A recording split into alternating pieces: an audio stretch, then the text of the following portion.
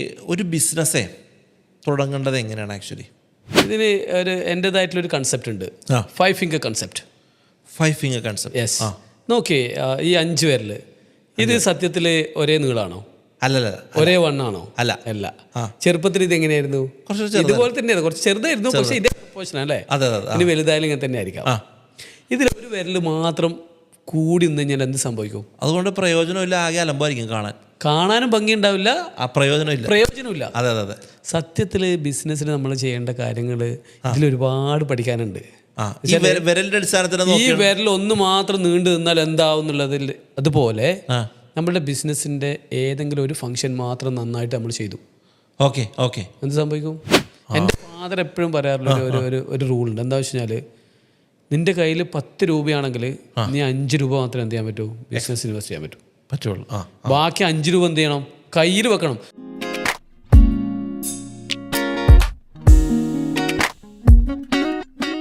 മറ്റൊരു പോഡ്കാസ്റ്റിംഗ് എപ്പിസോഡിലേക്ക് സ്വാഗതം. വീണ്ടും നമ്മുടെ ഈ ആഴ്ച സാലിഹ് മാഷുമായിട്ടുള്ള ടൈമാണ്.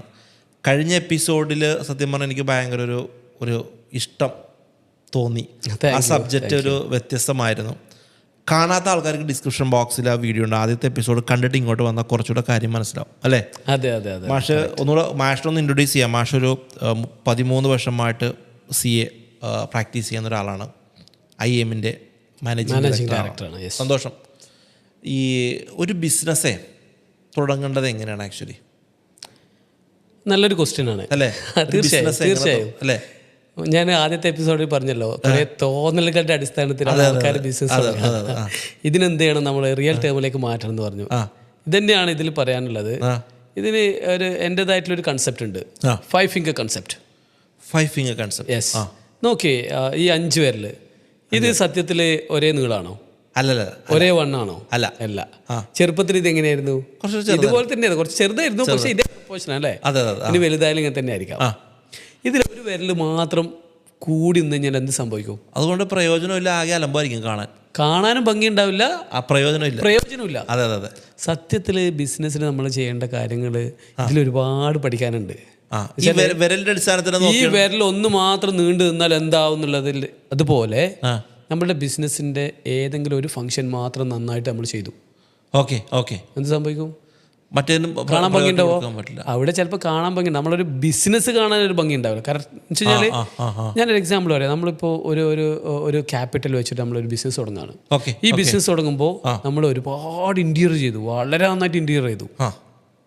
ബാക്കിയുള്ളതൊക്കെ മിനിമലായിട്ട് ചെയ്തു. പ്രത്യേകിച്ചും വർക്കിംഗ് ക്യാപിറ്റൽ നമ്മൾ ഫണ്ട് ചിലപ്പോൾ മാറ്റി വെച്ചിട്ടേ ഉണ്ടാവില്ല. ഇതൊരു ഫംഗ്ഷനാണ്. കാണാൻ ആൾക്കാർക്ക് ഇന്റീരിയർ ഉണ്ടാവും അവിടെ നന്നായിട്ട്, പക്ഷെ ഇതങ്ങോട്ട് മുമ്പോട്ട് പോവില്ല, ഇതിനെക്കൊണ്ട് പ്രയോജനം ഉണ്ടാവില്ല. സോ ഇതിൽ ഞാൻ പറയുന്നത് വെച്ച് കഴിഞ്ഞാൽ, നമ്മളുടെ ബിസിനസ് ഫങ്ഷൻസ് എന്തൊക്കെയാണ് കൃത്യമായിട്ട് ഐഡന്റിഫൈ ചെയ്യണം. ഞാൻ ആദ്യത്തെ എപ്പിസോഡിൽ പറഞ്ഞതുപോലെ വെറുതെ തോന്നലുകളുടെ അടിസ്ഥാനത്തിലല്ല, വളരെ കൃത്യമായിട്ട് ഓരോ ആക്ടിവിറ്റീസ് നമ്മൾ ഐഡന്റിഫൈ ചെയ്യണം. ഫങ്ഷൻസ് ഐഡന്റിഫൈ ചെയ്തിട്ട് നമ്മളുടെ കയ്യിലുള്ള ലിമിറ്റഡ് റിസോഴ്സസ്, അത് എന്തും ആവാം, നമ്മളുടെ ക്യാപിറ്റൽ ആവാം, നമ്മളുടെ തോട്ട് പ്രോസസ് ആവാം, നമ്മളുടെ സ്ട്രാറ്റജീസ് ആവാം. ഈ കാര്യങ്ങളൊക്കെ ഈ ഓരോ ഫങ്ഷൻസിനും പ്രൊപ്പോർഷനായിട്ട് ഈക്വലി അല്ല കേട്ടോ കൊടുക്കേണ്ട, എത്രയാണോ കൊടുക്കേണ്ടത്. Marketing, advertisement, fixed asset, staff, everything. അതാണ് ഞാൻ പറഞ്ഞത്, ഐഡന്റിഫൈ ദ ഫങ്ഷൻസ് ഫസ്റ്റ്. എന്നതിന് ശേഷം നമ്മുടെ റിസോഴ്സസ് ഇതിനെന്ത് ചെയ്യുക? കൃത്യമായിട്ട് അലോക്കേറ്റ് ചെയ്യുക.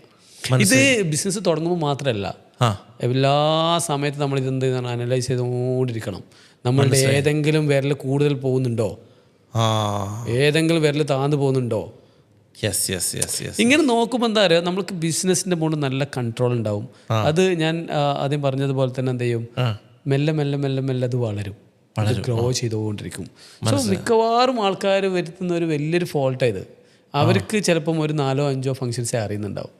പക്ഷേ എക്സ്പേർട്സിൻ്റെ അടുത്ത് പോയി കഴിഞ്ഞാൽ, അല്ലെങ്കിൽ എക്സ്പീരിയൻസിലുള്ള ആൾക്കാരോട് സംസാരിച്ചു കഴിഞ്ഞാൽ അവർ ഐഡന്റിഫൈ ചെയ്യും, ഇന്ന കാര്യങ്ങളുണ്ട്, ശ്രദ്ധിക്കണേ.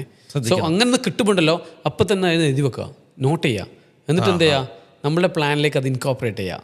സോ ദാറ്റ് എപ്പോഴും എന്ത് ചെയ്യുക, നല്ലൊരു പ്ലാൻ ഉണ്ടാവണം നമുക്ക്, വ്യക്തമായിട്ടുള്ളൊരു പ്ലാൻ. വെച്ചാൽ if you have A best plan, half the job is done.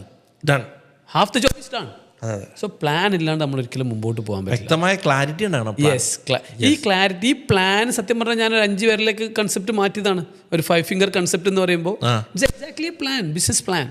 അപ്പം നമ്മൾ കൃത്യമായിട്ട് ഐഡന്റിഫൈ ചെയ്യുക, ബിസിനസ് ഫങ്ഷൻസ് ഐഡന്റിഫൈ ചെയ്യുക, നമ്പർ 1. നമ്പർ 2, അതിന് വേണ്ടിയിട്ട് നമ്മൾ വളരെ കൃത്യമായിട്ട് എന്ത് ചെയ്യുക, റിസോഴ്സസ് അലോക്കേറ്റ് ചെയ്യുക. അതിൽ മിക്കവാറും ആൾക്കാർ ഫെയിലാവുന്ന സ്ഥലമാണ് വർക്കിംഗ് ക്യാപിറ്റൽ. ഒരു ബിസിനസ് തുടങ്ങി ഒരു 5-6 മാസത്തേക്കുള്ള എക്സ്പെൻസ് നമ്മൾ എന്ത് ചെയ്യണം, മുൻകൂട്ടി കണ്ടുവെക്കണം, കയ്യിൽ വെക്കണം. എൻ്റെ ഫാദർ എപ്പോഴും പറയാറുള്ള ഒരു റൂളുണ്ട്. എന്താ വെച്ച് കഴിഞ്ഞാൽ, നിൻ്റെ കയ്യിൽ 10 രൂപയാണെങ്കിൽ നീ 5 രൂപ മാത്രമേ എന്ത് ചെയ്യാൻ പറ്റൂ, ബിസിനസ് ഇൻവെസ്റ്റ് ചെയ്യാൻ പറ്റുള്ളൂ. ബാക്കി 5 രൂപ എന്ത് ചെയ്യണം, കയ്യിൽ വെക്കണം. അത് ഫാദറിൻ്റെ കൺസെപ്റ്റിൽ പറഞ്ഞാണ്. ശരിക്കും മോഡേൺ കൺസെപ്റ്റിൽ 5 രൂപ എന്താണ്, വർക്കിംഗ് ക്യാപിറ്റലാണ്. മനസ്സിലായി? ഇത് മുമ്പോട്ട് കൊണ്ടുപോകാനുള്ള ഇന്ധനമാണ് കയ്യിലുള്ളത്. ശരിക്കും ഇബാദ് ഒരു എക്സ്പീരിയൻസിൽ എന്ത് തോന്നുന്നു? 10 രൂപ ഉണ്ടെങ്കിൽ എത്ര രൂപേൻ്റെ ബിസിനസ് നമ്മൾ സ്റ്റാർട്ട് ചെയ്യും? ഒബ്വിയസ്ലി ഇപ്പോഴത്തെ ആളുകൾ വെറുതെ അങ്ങോട്ട് സ്പെൻഡ് ചെയ്യല്ലേ ചെയ്യുന്നത്. അതെ, ഇപ്പോഴത്തെ ഒരു ജനറേഷൻ കുറെ ആൾക്കാർ ഒരു പ്ലാനിങ്ങോട് ചെയ്യുന്ന ആൾക്കാർ സക്സസ് ആവുന്നുണ്ട്. മീൻസ് ഒരു 10 രൂപ ഉണ്ടെങ്കിൽ എനിക്കൊന്ന് എൻ്റെ ഒരു എക്സാമ്പിൾ പറയാം. 10 രൂപ കയ്യിലുള്ളവൻ 20 രൂപേൻ്റെ ബിസിനസ് ചെയ്യും. എന്നിട്ട് ചെയ്യും, ബിസിനസ് അങ്ങ് തുടങ്ങിയ ഉടനെ ആൾ നെട്ടോട്ടോടും. അവിടെ എവിടെ മാക്സിമം എല്ലാ സ്ഥലത്തും എന്തെങ്കിലും ഫണ്ട് സ്വരൂപിക്കാൻ നോക്കും. പക്ഷെ അങ്ങനെയല്ല വേണ്ടത്. തുടങ്ങുമ്പോൾ ചെറിയ രീതി തുടങ്ങിയാലും പ്രശ്നമില്ല. പക്ഷേ നമ്മൾക്ക് ആ മുമ്പോട്ട് പോകാനുള്ള ഇന്ധനം നമ്മളുടെ കയ്യിൽ എപ്പോഴും ഉണ്ടാവണം. Working capital. ഞാൻ വർക്കിംഗ് ക്യാപിറ്റലിനെ കുറിച്ച് മാത്രമല്ല പറയുന്നത്, എല്ലാ ഫംഗ്ഷൻസും ഐഡന്റിഫൈ ദ ഫംഗ്ഷൻസ്. എനിക്കിത് ഇഷ്ടപ്പെട്ട ഒരു കാര്യം, ഇപ്പം മാഷ് പറഞ്ഞതുപോലെ ഇപ്പം നമ്മളെല്ലാ മേഖലയിലും ഇപ്പം എക്സ്പീരിയൻസ് ആയ ആളുകളിൽ നിന്ന് ഒപ്പീനിയൻ എടുക്കാം.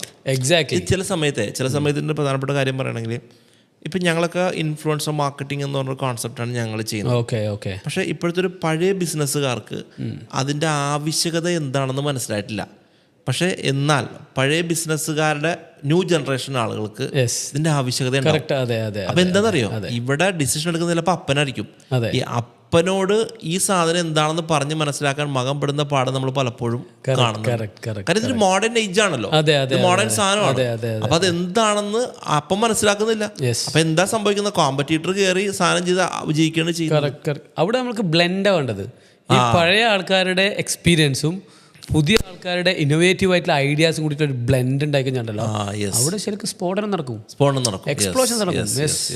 അതാണ് ശരിക്കും വേണ്ടത്. ഈ ഞാനൊരു വേറെ പ്രധാന CA എക്സ്പീരിയൻസ് 13 വർഷത്തെ എക്സ്പീരിയൻസ് രീതിയിൽ ഒരു നല്ല CA കാരനാകണമെങ്കിൽ എന്നാണ് ഏറ്റവും വലിയ ക്വാളിറ്റി എന്താ?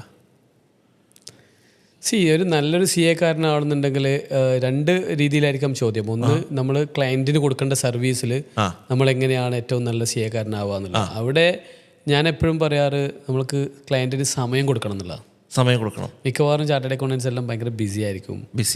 അവർക്ക് ഒരു 100 ക്ലയൻറ്റിൻ്റെ ഇടയിൽ ഒരു ക്ലയൻ്റ് ആയിരിക്കാം നിങ്ങൾ. അപ്പോൾ സമയം നന്നായിട്ട് കൊടുക്കുക, ഒന്നാമത്തെ പോയിന്റ്. രണ്ടാമത്തെ പോയിന്റ് എന്ന് പറഞ്ഞു കഴിഞ്ഞാൽ നമ്മൾ നന്നായിട്ട് അപ്ഡേറ്റ് ചെയ്യുക എന്നുള്ളതാണ്. പുതിയ കാര്യങ്ങളിൽ അപ്ഡേറ്റ് ചെയ്യുക. അതേപോലെ ബിസിനസ് നന്നായിട്ട് പഠിക്കുക. നമ്മുടെ ക്ലയൻറ്റ് ബിസിനസ് നമ്മൾ നന്നായിട്ട് പഠിക്കണം.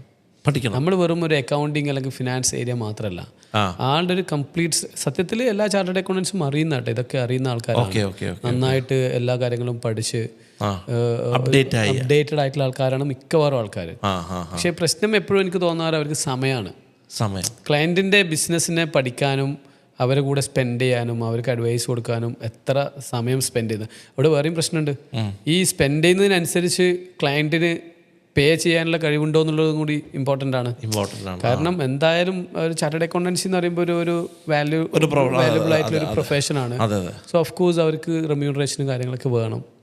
സോ ആ ഒരു എക്സ്പെക്ടേഷനും റിട്ടേണും തമ്മിലുള്ള ഒരു വേരിയൻസ് ഉണ്ടല്ലോ, അതുണ്ടാവാം. പക്ഷേ ഈ ഒരു ക്വസ്റ്റ്യന് ഞാൻ ആൻസർ ചെയ്യുന്നത്, നല്ലൊരു CA കാരൻ എന്ന് പറയുമ്പോൾ ക്ലയൻറ്റിന് വേണ്ടിയിട്ട് സ്പെൻഡ് ചെയ്യണം, ടൈം സ്പെൻഡ് ചെയ്യുന്ന ഒരാളാണ്. ഓഫ് കോഴ്സ് അതാണ് ഏറ്റവും പ്രധാനപ്പെട്ട കാര്യം.